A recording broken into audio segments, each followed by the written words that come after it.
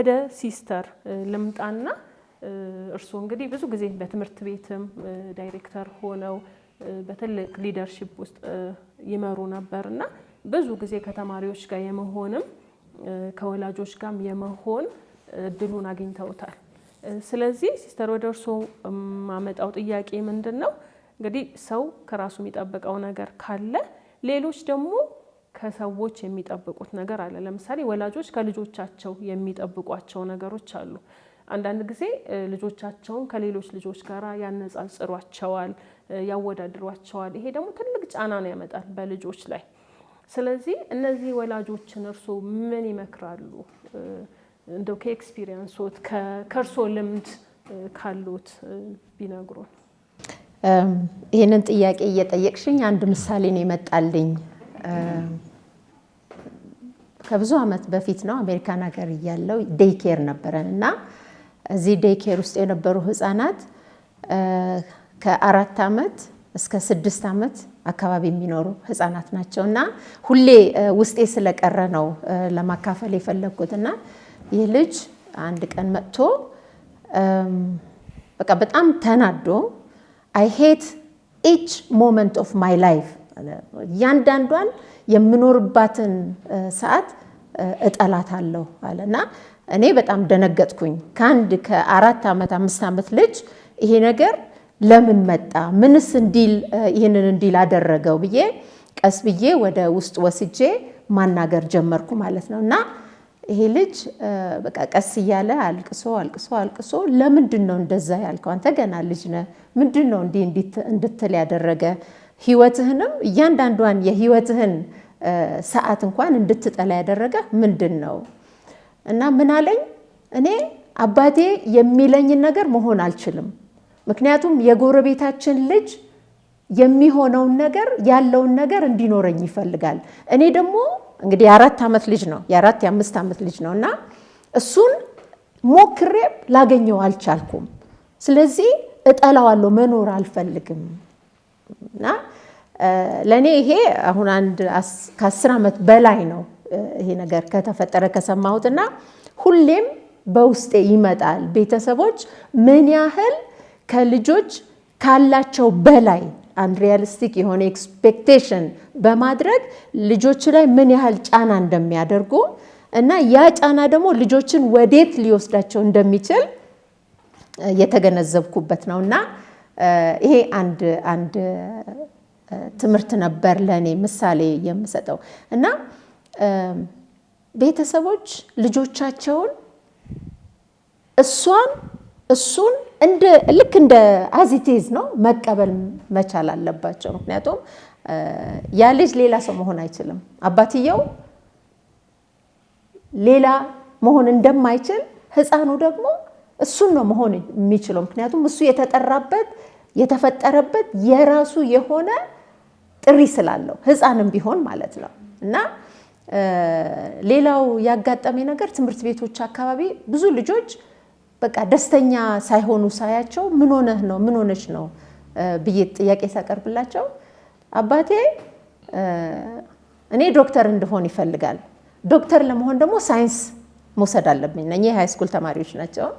እኔ ደግሞ ምንም አይነት ፍላጎትም የለኝም ሳይንስ ለመማር ዶክተርም ለመሆን። እኔ መሆን የምፈልገው ሶሻል አጥንቼ ሌላ ፊልድ ውስጥ መግባት ነው የምፈልገው።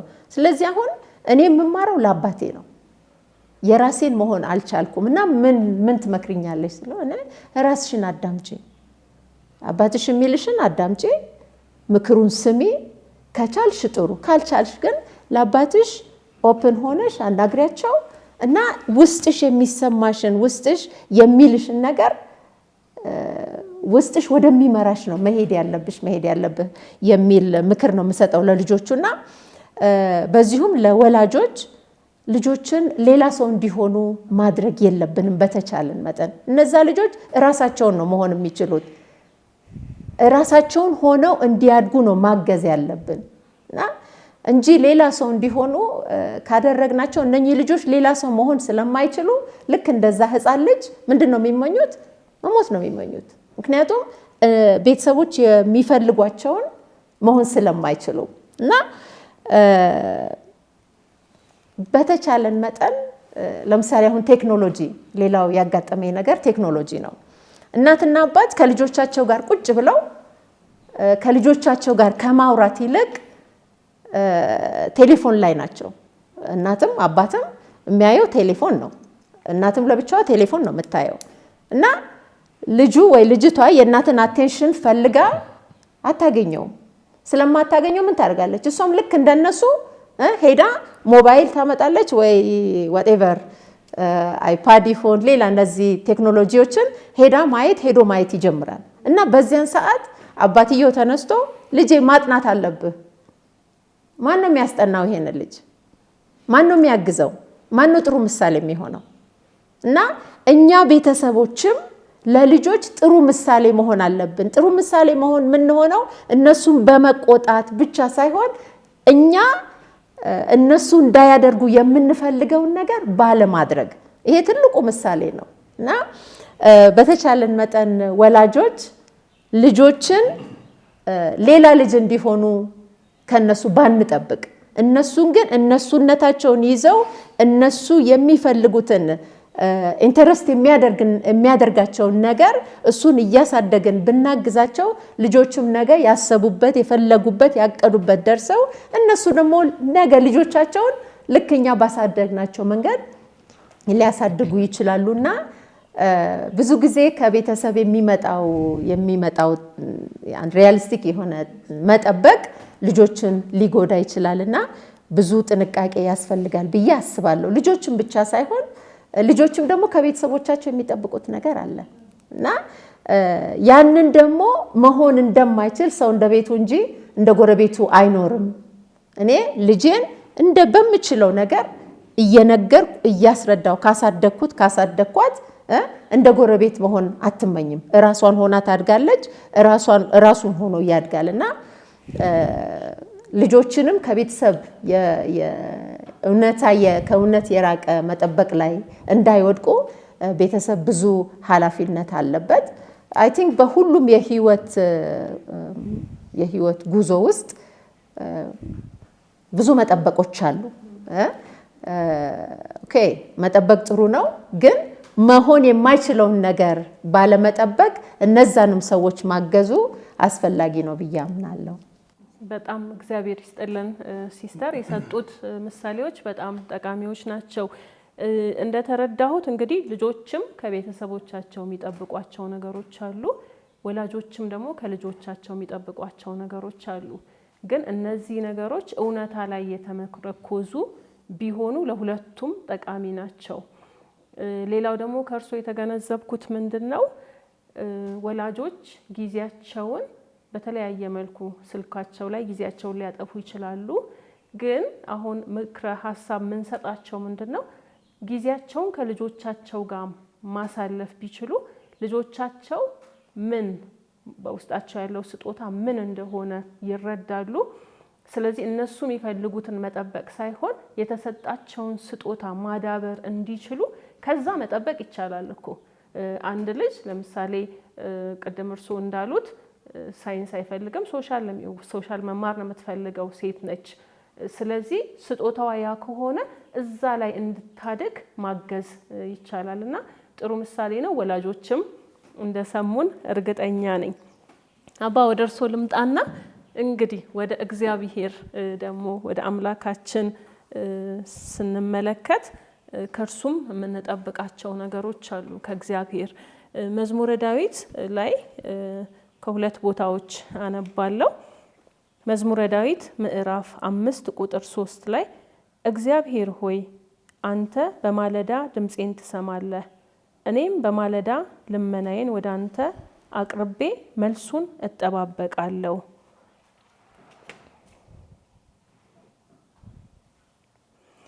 መዝሙር 130 ቁጥር 5 ላይ ደግሞ የእግዚአብሔርን እርዳታ በናፍቆት እጠባበቃለሁ፣ በቃሉም እታመናለሁ ይላል መዝሙረኛው ዳዊት። ስለዚህ መልሱን እጠባበቃለሁ ሲል ከእግዚአብሔር ደግሞ የምንጠብቃቸው ነገሮች አሉ ማለት ነው። እዚህ እንደ ሰው ምንድን ነው ከእግዚአብሔር የምንጠብቀው? የማይሆንስ ነገር እንጠብቅ ይሆን ወይ ከእግዚአብሔር? እሱም ቢያብራሩልን።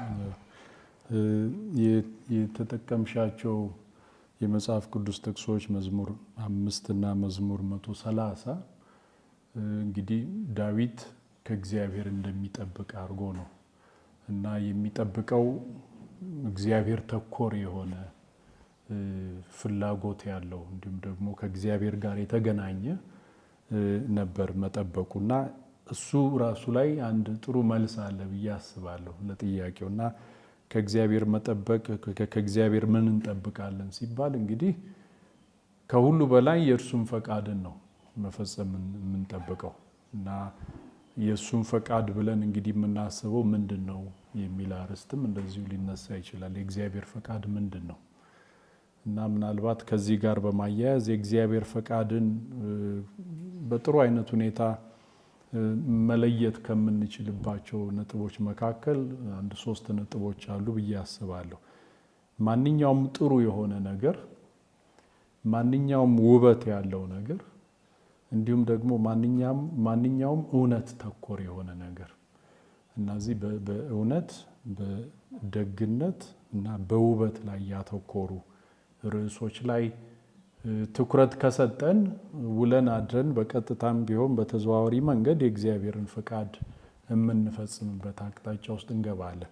ስለዚህ የእግዚአብሔር ፈቃድን በተቀዳሚነት እንግዲህ መፈጸም የሚገባን የምንጠብቀውም ነገር ቢኖር ፈቃዱን መፈጸም እንዲሆን የሚል ሀሳብ አለኝ እና መዝሙሩም የተጠቀሱት ጥቅሶችም እግዚአብሔር ተኮር የሆነ ዘማሪው እንግዲህ እግዚአብሔር ተኮር የሆነ መጠበቅን ነበር እዛ ላይ እየተናገረ ያለው። ስለዚህ ከእግዚአብሔር የሚጠብቀው ነገር እንዳለ እና ማንኛውም የምንጠብቃቸው ነገሮች ምን ያህል እንግዲህ የእግዚአብሔርን ፈቃድ የሚያንጸባርቁ ናቸው፣ እንዲሁም ደግሞ ምን ያህል የምንጠብቃቸው ነገር ከበስተጀርባቸው እውነታን የያዙ ናቸው፣ ደግነት የተሞላባቸው ናቸው፣ ምን ያህልስ ደግሞ ውበት አላቸው እና በእነዚህ በሶስቱ ርዕሶች ላይ ትኩረት ሰጥተን ማድረግ የሚገባንን ነገር የምናደርገው በዚህ መስፈርት እንዲሆን ማለት ነው። ስለዚህ መጀመሪያው እንግዲህ የእግዚአብሔርን ፈቃዱን መፈጸም የእሱን ፈቃድ በመፈጸም ላይ መሆን አለበት የምንጠብቃቸው የምናከናውናቸው ነገሮች። ሌላው ደግሞ አሁንም እግዚአብሔር ተኮር የሆነ እግዚአብሔር አምላክ ስለ ራሱ ሲናገር እኔ መጀመሪያና መጨረሻ ነኝ ይላል። ስለዚህ መጀመሪያና መጨረሻ እግዚአብሔር ከሆነ እና እኛ መሀል ላይ እንዳለን አድርገን ብናስበው ስለዚህ የምናከናውናቸው ነገሮች መጀመሪያቸውም ይሁን መድረሻቸው እግዚአብሔር ተኮር እንዲሆን ግድ ይላል። ከዚህ ውጪ በሚሆንበት ጊዜ ምናልባት ደውሉ ሊያቃጭል ይገባል። ትክክል ያልሆነ ነገር እንዳለ ልንረዳ እንችላለን። ስለዚህ ሁል ጊዜ የምናደርጋቸው ነገሮች የምንጠብቃቸው ነገሮች ለምሳሌ በጤና ዙሪያ ላይ በጣም የምጠብቀው ነገር ከሆነ እግዚአብሔርንም የምማጸነው ጤና እንዲሰጠኝ ከሆነ በእርግጥ እግዚአብሔርም የሚፈልገው ጤና ነው። ቅድምም አባ መጽሐፍ ቅዱስ ላይ ጠቅሰው የአይነ ስውሩን ታሪክ እና የአይነ ስውሩ ማየትን ነበር የሚፈልገው እና ያ ጥሩ የሆነ ነገር ነው። ጤና ጥሩ ነገር ነው፣ ደግነት ያለው ነገር ነው፣ ማንንም አይጎዳም። ጤና ደግሞ የራሱ የሆነ ውበት አለው። ጤናማ መሆን ደስ ይላል። ጤናማ መሆን ያምራል።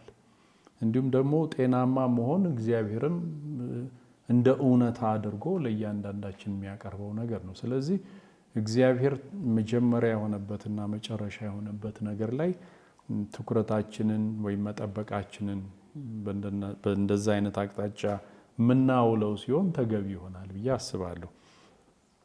ሌላው ደግሞ በጸሎት ላይ በጌታችን ኢየሱስ ክርስቶስ ባስተማረን ጸሎት ላይ መንግስት ትምጣ ብለን እንጸልያለን እና የእግዚአብሔርን መንግስት እንናፍቃለን። መጠበቃችንም የእግዚአብሔር መንግስት ባለንበት ነባራዊ ሁኔታ እንዲታይ ነው የምንፈልገው።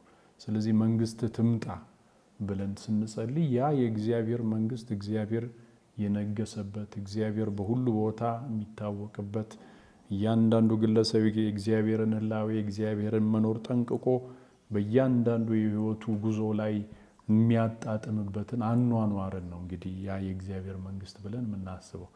በእርግጥ የእግዚአብሔር መንግስት ስንል ብዙ ርዕሶችን ያካትታል እና የእግዚአብሔር መንግስት እንግዲህ ማንኛውም ጥሩ የሆነ ነገር፣ ማንኛውም ውበት ያለው ነገር፣ ማንኛውም በእውነት ላይ የታነጸ ነገርን ብለን ማሰብ እንችላለን። ሌላው ደግሞ በሃይማኖታችን በክርስትና እምነታችን ዳግመኛ መምጣቱን እንጠብቃለን። ያም እንግዲህ የሃይማኖታችን ክፍልም ነው እና ዳግመኛ መምጣቱን በናፍቆት እጠብቃለሁ።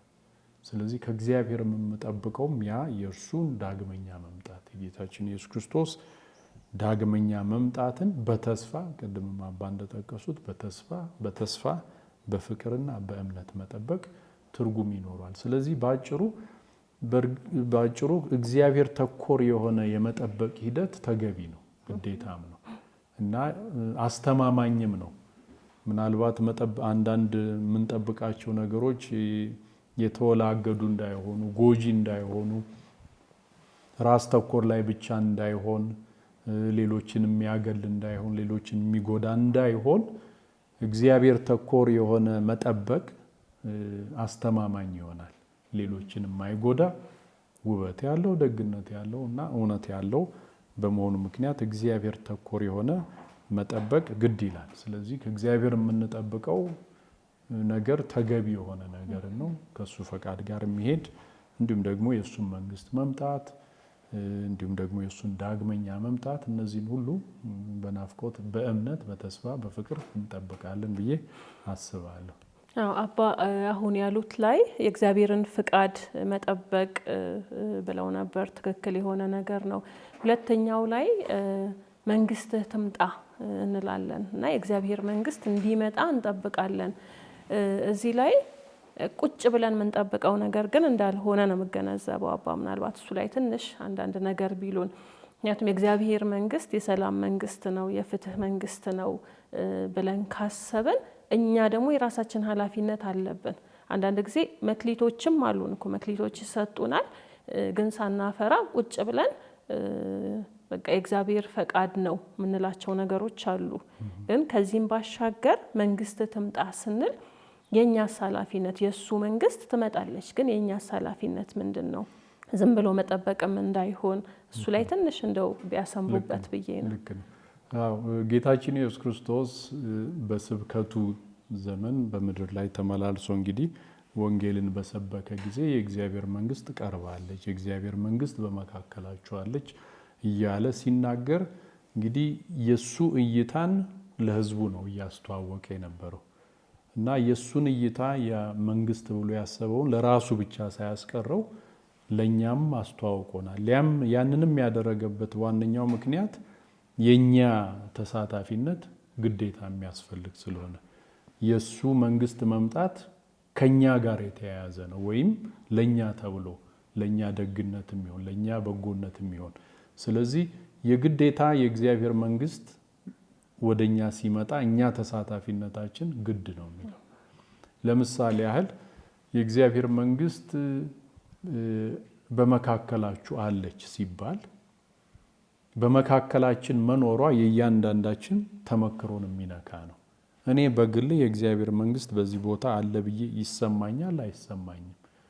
ጌታችን ኢየሱስ ክርስቶስ በመካከላችሁ አለ ሲል በእኔ ውስጥ አለ ብቻ እንዳላለ ነው እና እኛንም በዛ አይነት መልኩ አሳትፎናል። ስለዚህ በመካከላችን ያለው ነገር እኛንም የሚያሳትፍ እኛንም የሚወክል እኛንም ደግሞ ተሳታፊ አድርጎ ለዛ እግዚአብሔር ላቀደው መንግስት መገለጽና በሙላት እያንዳንዳችንም የዛ ቡራኬ ተካፋይ የምንሆንበት እድሉን እንግዲህ እኛም ስንጨመርበት ነው፣ እኛም ስንደመርበት ነው እና በዛ ውስጥም ገብተን የራሳችንን አስተዋጽኦ ስናደርግ ልክ እግዚአብሔር ፈጣሪ እንደሆነ ሁሉ እኛም አብረን ከእርሱ ጋር መፍጠር የምንችልበትን እውነታን ነው የምንኖረው።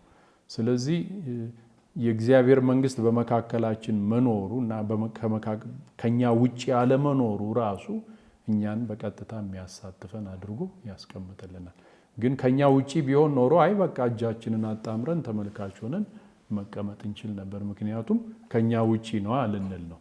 ግን በመካከላችሁ አለ ሲለን እኛን የሚያሳትፍ ነው፣ እኛ ውስጥ ነው፣ የእኛ ታሪክም የሚሆንበት አካሄድ ውስጥ ነው እግዚአብሔር የሚጠቁመን ብዬ አስባለሁ። በጣም እግዚአብሔር ይስጥልን አባ። እንግዲህ ከእግዚአብሔር የምንጠብቃቸው ነገሮች ውስጥ እኛም ተሳታፊዎች ነን፣ የኛም ኃላፊነት አለበት የሚለው ነገር ነው የገባኝ። እንደ ማጠቃለያ ወደ አባ ዳንኤል ልመለስና እንግዲህ ከመጀመሪያው ጀምሮ ስለ መጠበቅ፣ ከራሳችን መጠበቅ፣ ከሌሎች መጠበቅ፣ ከእግዚአብሔር መጠበቅ የሚሉትን ርዕሰ ጉዳዮችን ተነጋግረናል። እንግዲህ ከስነ ልቦናው አንዳንድ ጊዜ ከራሳችን የምንጠብቃቸው ነገሮች ከሚገባው በላይ ይሆናሉ። ስለዚህ እንደ ማጠቃለያ እንደው ሰዎች ከራሳቸው የሚጠብቋቸው ነገሮች ከሚገባ በላይ ከሆነ እንደዚህ አይነት ሰዎች ከራሳቸው ተጨባጭ የሆነ ነገር እንዲጠብቁ ከአቅማቸውን በላይ ያልሆነ ወይም ከአቅማቸውን በታች ያነሰ እንዳይጠብቁ እንደው ምን አይነት ምክረ ሀሳብ ይሰጣሉ? እግዚአብሔር ይስጥልኝ። ከራሱ ከተነሳው ነጥብ አንጻር ስናየው ከአቅም በላይ የሆነ መጠበቅ ማለት የሚጋጭ ነገር ነው። ከአቅም በላይ ነው በመነሻውና ብዙ ጊዜም እንደሚባለው በእነዚህ ውይይት ላይ ልናነሳው የምንችለው አገላለጽ አለ። ብዙዎች መላእክት ለመሆን አቅደው ይጀምራሉ፣ ሰይጣን ሆነው ይጨርሱታል ይባላል። ማቀድ ማሰብ የምንችለው ይሄን ዝም ብሎ ማሰብ አእምሯችን ክፍት ነው። እግዚአብሔር የሰጠን ነፃነት ነው። ከዘላለማዊነት ጋር የተገናኘ ማንነታችን ሊለጠጥ ይችላል፣ ግን ከተጨባጭ ነገር ጋር ካላደረግነው ይጋጫል፣ እናም ዋጋ ያስከፍላል። ዋጋው ደረጃው ቢለያይም፣ ስለዚህ የምንመኘውን ነገር መንስኤውን ማወቅ ቆንጆ ነው። ቅድም ካልናቸው ነጥቦች ጋር የሚያያዝ ነው ሆኖ የምናገኘው። ይሄ ጥንቅቅ ያልኩልሁን ማለት አይቻልም። ሰው በቃ ፍጡር መሆኑን ሲያውቅ ብዙ ነገር ለእግዚአብሔር ለፈጣሪው ቦታ ይተዋል።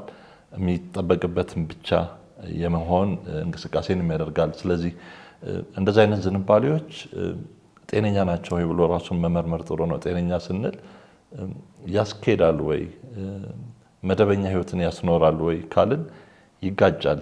ስለዚህ ይሄ ባነጋገር አለ፣ እንከን የለሽ መሆን አይቻለንም። በብዙ ነገር እንከን የለሽ ለመሆን ፍላጎቱ ውስጣችን ቢኖርም ሊያደርገን ወደሚችለው አምላክ እንድንሄድ የኖረ ነው እንጂ እሆናለሁ ብለን እንድንነሳ ግጥም አድርገን በራሳችን አቅደን የምንንቀሳቀስበት ነጥብ ሊሆን አይገባም። ስለዚህ እንደዚህ አይነት ነገር ከምንድን ነው የመጣው ብሎ ግለሰቡ ማየት ይኖርበታል። ልክ በአካላችን ባይታጠርም አጥር አለን። በሰው ለሰው ግንኙነት በማህበራዊ መስተጋብር ውስጥ አንድ ሰው ቅርብ የሚልበት ርቀት ይለካል። እንደ ባህል እንደ ቦታው እንዳለንበት ስልጣኔ ትርጉም ቢኖረው አንድ ሰው ከቆመበት ከተቀራረበበት አንጻር ታይቶ ዝምድናው ጓደኝነቱ ሊለካ ይችላል። ርቀት የምንቀራረበው የምናወራው የምንገናኝበት ርቀት በአካላዊ ነገር አጥር አለን። በማንነትም እንደዛው ይሄ ማንነታችን ውስጣዊ ማንነታችን እኔነታችን ድንበር ጥሶ ሊሆን የማይችለው ነገር ውስጥ ገብቶ ጥንቅቅ ያለ ነገር ራሱም የሚጠብቀው ሌሎችም የሚጠብቁበትን መሆን ማቀድ መደናበርን ነው የሚያመጣው። ከድንበር መውጣትን ከድንበር ሌሎችም እንዲገቡ የማድረግን ነገር ነው የሚሆነውና ጥንቅቅ የማለት ፍላጎት ከጥልቅ መመርመር አለበት። ከአመጣጣችን፣ ከተሸከምነው ነገር፣ ከታሪካችን ይሄ ሁሉ ጽድት ምናምን ፈልጋለሁ የሚል አይነት ሰው ታሪኩ ላይ የሆነ ነገር ሊኖር ይችላል። ሁሌ እንደዚህ በቃ መስመር ይዞ እንዲገኙ ነገሮች የሚፈልግ አይነት ሰው እንደዛ ከሆነ እዛ ጋር ያለው ነገር ከተዛባ አካሉ ላይ የሆነ ነገር የተዛባ እስኪመስለው የሚያስብ ሰው አይነት ከሆነ ሁሉ ነገር በቃ እንደዛ ከሆነ ትንሽ ቆም ብሎ የማየት ነገር መልካም ነው እኔ ጋር ያለው ነገር። ምክንያቱም ህይወት እንደዛ ስለማይሆን ነገሮች እንዳልነው ድንበር አሉን፣ አቅማችን ገደብ አለው፣ አጥር አለን፣ ልንዘላቸው የማንችላቸው ነገሮች አሉና በዛ ልክ የመንቀሳቀስን ጥበብ ማዳበር ያስፈልጋል። ስለዚህ እውነት አሁን እየሆንኩት ያለሁት ነገር ልኩ ምንድነው ብለን ማሰብ ቆንጆ ነው። የያዝኩት ነገር አቅሜ ተጨባጭ ሁኔታ ለዛ ነገር ያግዘኛል። አሁንም ወደ ወንጌል ላይ ስንመለስ ክርስቶስ እርሱን ለሚከተሉት ኢየሱስ በወንጌል ላይ ራሱ የሚሰጠንም ምሳሌ ነውና የሚያስከፍለውን እሱን መከተል የሚያስከፍለውን ዋጋ መስዋዕትነት ከተናገረ በኋላ የሁለት ሰዎችን ምሳሌ ይናገራል። አንድ ግንብ ሊገነባ የሚያቅድ ሰውና አንድ ደግሞ ጦርነትን ሊያውጅ ጦርነትን ሊዋጋ የሚፈልግ ንጉሥን ምሳሌ ይናገረናል። በሉቃስ ወንጌል ላይ እናገኘዋለን ምዕራፍ 14 ላይ ከቁጥር 28 እስከ 32 ላይ። ስለዚህ እንደዚህ ይላል፣ ከእናንተ ግንብ ሊሰራ የሚወድ ለመደምደሚያ የሚበቃ እንዳለው አስቀድሞ ተቀምጦ ወጪውን የማይቆጥር ማን ነው? ግንብ ሲያቅድ የሆነ ህንፃ ሲያስብ ወጪውን ያለውን ነገር ሳያቅድ የሚሰራ ማን ነው? ያለዚያ መሰረቱን ቢያኖር ሊደመድመው ቢያቅተው ያዩት ሁሉ ይህ ሰው ሊሰራ ጀምሮ መደምደም አቃተው ብለው ሊቀልዱበት ይጀምራሉ። ያሰበው መልካም እቅድ ጉዳት ሊሆንበት ይችላል። እስከ መሸሸግ ሊያደርሰው ይችላል። ከሌሎችም ከራሱም ሊያጣለው ይችላል እና ያለውን ነገር ማስላት ቆንጆ ነው። እንደዚህ አይነት ዝንባሌ ያለን ሰዎች በእውነት በተጨባጭ ነገር ላይ ነው ወይ የእምነትም ህይወት ይሁን እምነትም ከእውነት ጋር የሚጋጭ ነገር ውስጥ እንድንገባ አይደርገም። እውነትን እንድንጋፈጥ፣ እውነትን ተስማምተን እንድንኖር፣ እውነትን እንድንቀርጸው የሚያደርገን ነው እንጂ በሌላ እውነት ውስጥ እንድንኖር የሚያደርግም እምነት ስለሌለ። ቀጥሎ የሚመጣው ምሳሌ ይህንኑ ነው የሚያሳየው። በጦርነት ሌላውን ሊገጥም የሚሄድ ንጉሥ ምን ያህል ሰራዊት አለኝ፣ ምን ያህል በሺ የሚቆጠሩ ከሆኑ አነጻጽሮ አቅዶ ምን ያህል መሳሪያ አለኝ፣ ምን ያህል ሰራዊት አለኝ ብሎ ይሄድና ከማያዋጣው ከሆነ መልእክተኞችን ልኮ ይስማማ አይነት እንጂ ካልሆነ ውርደት ነው የሚሆነው። ስለዚህ የምናቅደው ነገር ከእውነታ ጋር የሚስማማ መሆኑን እውነተኛ ውስጣዊ ግፊቱ ምንድነው? የዚህ ውሳኔ የዚህ አኗኗሬ በቃ እንዲህ ሲሆን እወዳለሁ ተብሎ አይኖርም። የምወድበትን ምክንያት ማሰብ ያስፈልጋል። አንዳንዴ ፍላጎታችንን በሌሎች ውስጥ እንሸጉጣለን፣ እንደብቅና ከነሱም ፍጽምና እንፈልጋለን፣ እኛም ፍጽምና እንፈልጋለን። ግን ምናልባት የተጎዳንበት የምንሸሸውን ነገር ለመኖር የምናደርገው ትግል ነው ጥንቅቅ ያለ ነገር ዛሬ ላይ የሚያሰኘን። በአንድ ወቅት መጋፈጥ የሚገባን ያደረግነው ዛሬ ላይ ግን ጥንቅቅ ባለ ነገር ውስጥ የምንገባበት ነገር ነውና ይሄ ስለ ራሳችን ያለንን ምስል፣ ስለ ራሳችን ያለንን ግንዛቤ የማስተካከልን ሂደት ይጠይቃል። ጥርት ያለ የራስ ምስል ማለት አቅሜን፣ አስተሳሰቤን፣ ስሜቴን የመረዳት አቅም ማዳበር ያስፈልጋል። ምክንያቱም እውነትን የምጋፈጠው በእነዚህ ነገሮች እንጂ ዝም ብዬ በማስበው ፍላጎት አይደለም።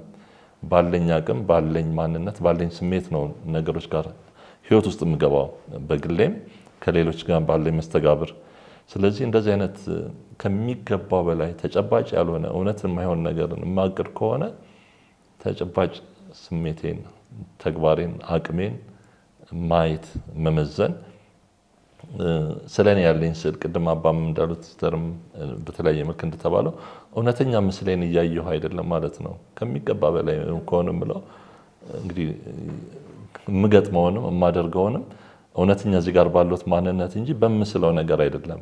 ስለዚህ እውነተኛ ማንነትን ማየት ይሄ የራስን ምስል ማጥራት፣ የራስን አቅም፣ የራስን ስሜት፣ የራስን ሀሳብ ጥርት አድርጎ የማየት ሂደት ውስጥ መግባት ቆንጆ ነው። እንዳልነው ደግሞ ይሄ ሁሌ ስሪት ነንና ፍጡራን ነንና ፈጣሪ ነው ጥንቅቅ አድርጎ ከላይቶን በሰራበት ባበጀበት እጁ ማንነታችንን ሊቀርጸን የሚችለው ባለንበት ሁኔታ ውስጥ ሊያስተካክለን የሚችለውና እንደዚህ አይነት ፍላጎቶች ካሉን ወደ እግዚአብሔር መቀረጽ ውስጥ ራሳችንን ማስገባት ያስፈልጋል። ስለዚህ ሰዋዊም ነገር አለው። የእግዚአብሔርን ጸጋ የምናስታርቅበትን ሂደት መፍጠር ያስፈልጋል። ሰው በራሱ መቼም ቢሆን ተስፋ መቁረጥ የለበትም። እኔ ከንቱ ነኝ፣ ሁሌ እንደዚህ ማስብ ነኝ፣ ሁሌ እንደዚህ ሞክሬ አይሳካልኝም ከምንል በፊት ራሳችን የምናቅደው ነገር ልኩ ምንድነው? የሚቻሉ ነገሮችን መሆናቸውን ማሰብ ያስፈልገናል። ብዙ ሊያስብል ይችላል ብዬ ገምታለሁኝ፣ ግን እንደመነሻ በጣም እግዚአብሔር ይስጥልን። እንደ መደምደሚያ ሁሉንም የነካ